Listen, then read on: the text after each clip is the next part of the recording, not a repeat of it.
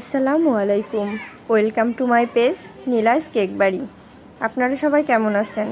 আলহামদুলিল্লাহ, আল্লাহর অশেষ রহমতে আমি ভালো আছি।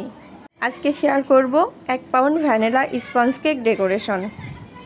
এই কেকটা রেডি করেছি একদমই সিম্পল কাজের ভিতরে।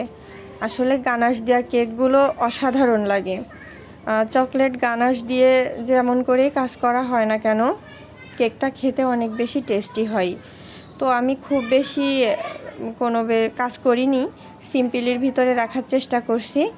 হচ্ছে যে গানাশ করে কালারটা মিক্সড করে নিয়ে এই তো গানাশ দিয়ে দিলাম কেকের উপরে। এখন অল্প সামান্য একটু ডিজাইন করব।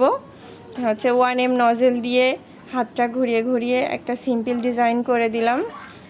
শুধু শুধু সাদা দেখা যাচ্ছিল বলে আমি কয়েকটা চেরি ফল এর উপরে দিয়ে দিলাম। মাশাল্লাহ, সুন্দর দেখা যাচ্ছে।